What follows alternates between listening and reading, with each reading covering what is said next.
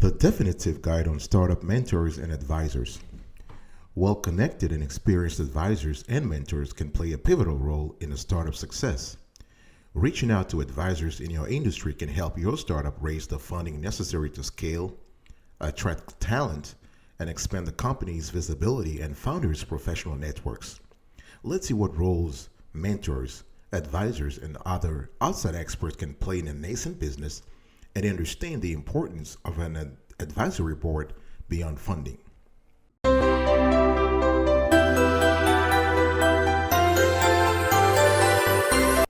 Welcome back, everyone, to the Sweet Kiwi Show. We really appreciate having you around today. I hope you are doing marvelous because I'm doing fantastic.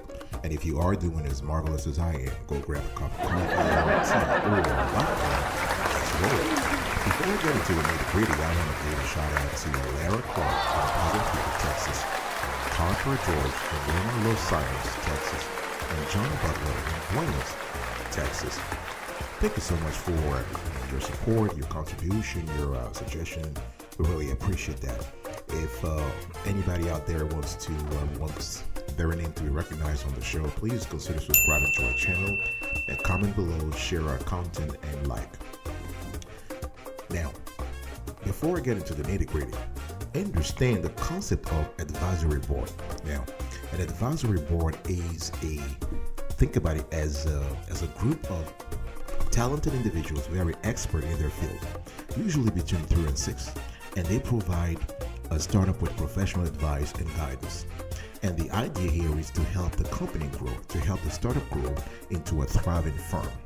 Right now, usually those members, those board members, are experienced entrepreneurs. They're usually entrepreneurs. They know what it is, what it means to start a business, to run a business, and they can draw on their individual expertise and network connections to advise startups on decision-making processes.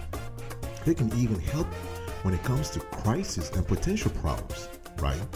The thing here is that, an advisory board is also adept at identifying big mistakes, and they can caution startup founders against making potentially costly business decisions, right? Now, it's very important, folks, to understand that an advisory board is not equivalent to a board of directors here.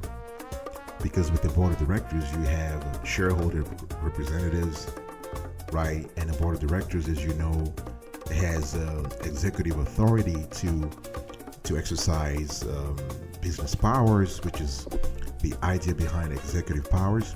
They have specific legal powers also. They meet usually every quarter, and a board of directors is mandatory, at least in the United States and other developed countries. The developed countries, it's mandatory to have a board of directors if you have a public company, right? A publicly listed company. Now, if you contrast that with an advisory board which has no formal authority, it is optional. As a startup owner, you don't need to have an advisory board. It's good to have one, but you don't need to have. And an advisory board meets on a more ad hoc basis. It's more informal, right? So this is number one. Now let's move on to number two. You want to understand as a startup owner why you should gather an advisory board. Why do you need advisors? Now, advisors help increase your startup's chance of success. The odds are in your favor if you have the right team members, right? Think about it. You are trying to create a football team, and you need to have the best coaches, the best players, the best former players in the industry to help move your team forward. The same applies when it comes to startups. So advisory board will help you. They will help increase your odds of success. Another thing they do that's very important is that they help boost the credibility of your startup. Think about it. Let's say you are a small startup somewhere in Oklahoma. Nobody knows about you. Nobody even has ever heard the names of the founders. But that little startup of yours was able to muster great names as advisors. Let's say you have a general, a U.S. Army general, you have a retired CEO, you have like very prominent people in your advisory board, that automatically from the get-go will help boost your startup. So it is important whenever possible to invite great advisors in your team. Now, another thing that you also need to think about when it comes to an advisory board is that it can help round out a startup. What that means is that if you're able to have, as I said earlier, an advisory board has usually between 3 and 6 people. Imagine you're able to find one board member in each expertise field, in each field of expertise. Think about it. You're able to get a CPA, so that kind of covers the accounting, the finance portion. You're able to get a lawyer, an experienced lawyer, so you have the legal side taken care of. You're able to get a former CEO, so you're able to have someone with operational expertise. I mean COO, right? So you have a chief operational officer, a former COO, someone who has experience with operational stability. You're able to get somebody with HR background. So the idea here is to have a collection of people from different fields of business, so they're able to be rounded. They're able to give you a diverse yet rounded expertise level on your team. Now, another thing that advisory board can help with is they can help you grow and scale, because of the experience they have, because they themselves, the advisors themselves, have ran business in the past or are still running businesses. They can tell you what matters, and they can really show you where to go. So this is very important to remember, folks. Right? If you look at big companies, big unicorns of yesteryears, such as Facebook, Google, Spotify, Airbnb, they started very well. They started little, right? And then they became unicorns, and then they just became completely gigantic. But throughout all the stages, they had advisors who helped them capture opportunities, identify threats, mitigate the threats. And that's what you need, all right? I'll be right back right after this. Don't go away.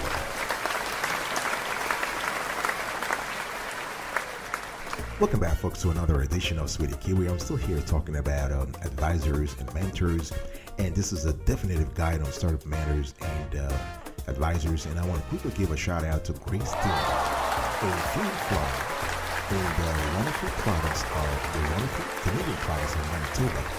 Noel Dawson in the pub in Manitoba, of course, and Jacob Hughes in Norway House in the beautiful Canadian province of Manitoba. Number 3, know the differences between mentors and advisors. Now, a lot of folks sort of use mentors and use the words mentor and advisor interchangeably, but those, and of course, in some cases they make sense because they are somewhat related, but they are distinct. An advisor, as I said earlier, is a professional who will focus on helping your company. They will, they are experts who have expertise. They are experts who have insight in specific business area. An advisor can also strengthen your product, your team, your culture. They will help you gain more market share. And an advisor is formally employed by your startup. In other words, you pay them. They are on your payroll. Now, a mentor is typically a close friend who help you grow as an individual, right? And you have to understand, his or her focus is altruistic. In other words, a mentor really wants to see you do well, and they care about your progress and well-being. They don't necessarily care about your financial. They don't want a piece of your company, right? A mentor is not on your payroll, right? And usually a mentor is older in age, right? So, the whole quote about wisdom comes with age, right? So a mentor is usually someone who is a generation ahead of you. And an advisor can be somebody in the same generation, with the same age, really, if you think about it. So that's the difference between a mentor and an advisor. Number 4, learn to hire the right advisors and mentors. Now, of course, as a startup founder or co-founder, you need mentors. The company itself doesn't need mentors. Individuals need mentors, right? Now, to hire the right advisors in your field, you want to start with what you know. You want to start with whom you know. You want to locate those experts in your area, in your industry, in your entourage, in your network, in your professional network. You want to reach out to those first, right? You want to connect with folks on LinkedIn, Facebook, and Twitter, right? You want to pay attention to what your potential advisors are doing, right? If your advisor is a luminary in the industry, is a celebrity, is a speaker, is a thought leader, you want to follow what he or she is doing, right? Because the idea is to genuinely find interest in what the advisor is doing before he or she can reciprocate by helping you. You want to utilize online resources, right? There are gazillions of networking communities out there, websites, platforms that are dedicated to bridging the gap between startup owners, startup founders, and mentors/advisors. All right. Another thing you need to do here is that you want to really meet people face to face. Of course, there are a lot of online resources, but there are also a lot of offline resources. There are a lot of meetings, there are a lot of conferences, there are a lot of symposia throughout the year where you can basically meet people. This is why I always believe that professional networking is very important when it comes to developing a startup, when it comes to bringing the right folks into the company, when it comes to bringing the right human capital into the company. So those are things you want to take care, you want to think about. All right, I'll be right back right after this. Don't go anywhere.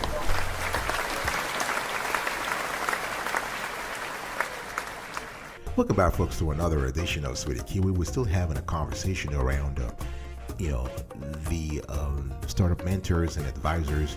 And I want to quickly give a shout out again to some of our most loyal viewers and listeners and fans throughout the world, specifically North America. We remember today Catherine Miller in Tennessee, Logan Phillips in Jonesboro, Tennessee, and Adam Knight in Fayetteville, Tennessee. Really want to thank you for your contribution, for your support, for your loyalty. We really appreciate it. And if you just like the content of our show so far, please consider subscribing to our channel. Like the content, share it, comment below, let us know your experience when it comes to startup mentors and advisors. We really appreciate it. Number 5, and this is the last but not the least, do your homework before attempting to hire advisors and mentors, right? Why? If you want the universe to help you, I'm trying to get a little philosophical here, but if you want the universe to help you got to do something yourself first. If you want the market, if you want the economy, if you want people to help you, they have to see that you yourself are trying first. So you got to do your homework. You need to determine the specific experience, expertise, fields, or skills you're looking for. Right? You gotta be clear about what kind of help you need, whether the help is coming from a mentor or an advisor. So this is very important, because the last thing you want is to assemble members of an advisory board who are too similar, right? In other words, they look like you, they think like you, they operate like you, they're all from the same industry. Let's say, all of them are lawyers, all of them are business people. You don't want that. You want to have a diversity on the board. This is very important. And the only way you can get that is by determining what kind of skills, expertise, fields, and experiences you're looking for.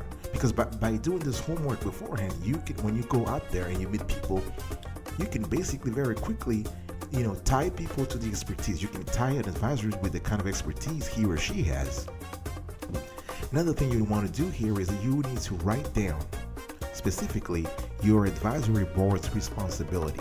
In other words, each board member should have a job description even before you hire them, quote unquote.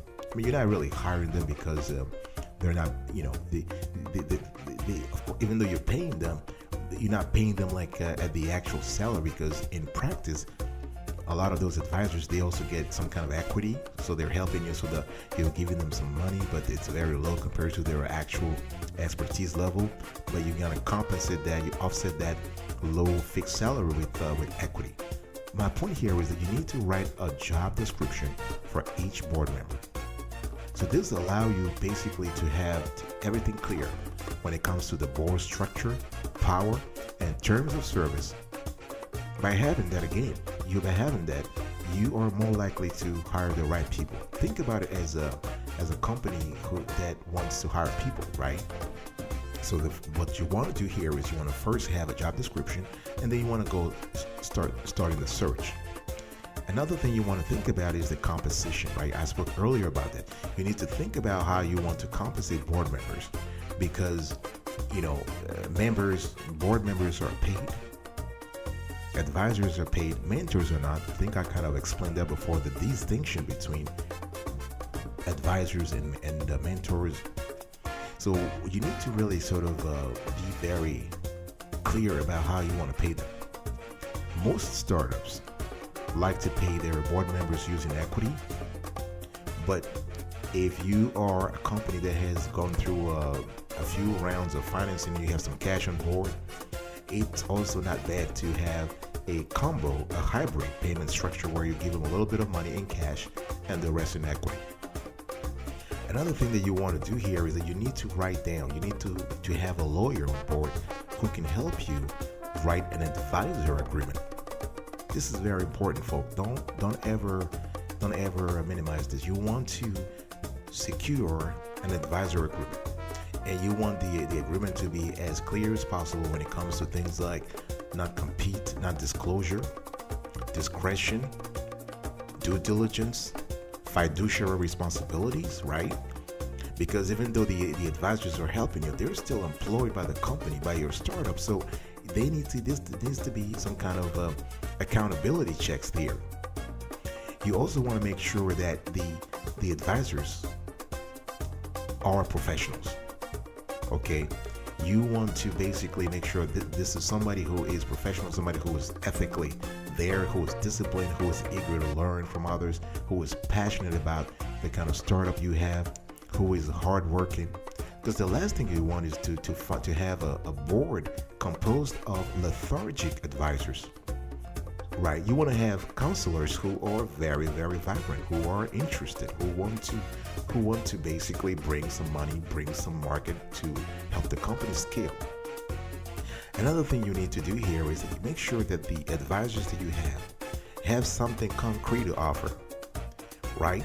Again, harken back to the idea of chasing lethargy out of your board.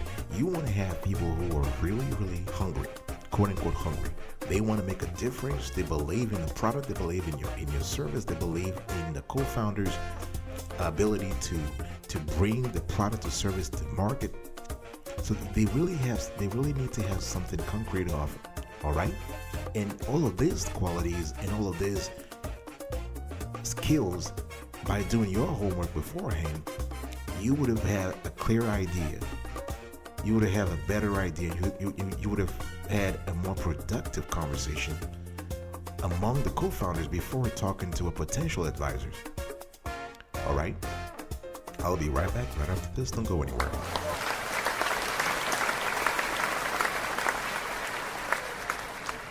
Welcome back, folks, to another edition of Sweetie Kiwi. We're about to wrap up today's conversation, and I'm here today. I want to give a recap of today's conversation, and before I do so, I want to quickly give a shout out to Cameron Powers from Alabama, South Dakota, Cameron McKnight, Ipswich, North Dakota, and Sophie Vasquez, assistant, South Dakota. So Sophie, Cameron, and Cameron again, all the way from South Dakota. Thank you so much for your help. We really appreciate it. Now, today's conversation is just a handbook on startup mentors and advisors, because the context is very clear. Well-connected and experienced advisors and mentors can play a pivotal role in a startup success. Reaching out to advisors in your industry can help your startup raise the funding necessary to scale, attract talent, and expand the company's visibility and founders' professional networks. Now, we've seen in this show what roles mentors, advisors, and other outside experts can play in a nascent business, and understand the importance of an advisory board beyond funding. Here is the recap. I talked today about what the concept of advisory board was. I helped you understand why you should gather an advisory board. I also explained to you the difference between mentors and advisors. And I also, suggested that you learn to hire the right advisors and mentors. And also do your homework before attempting to hire advisors or mentors right? Now, that was a recap. Now let's talk about the call to action. What is today's call to action? I like to always spend some time after each show to give viewers and listeners and fans a little bit of background around the topic at hand. Today's call to action is very simple. Really pick the right advisors for you. And you want to know when you need advising the most.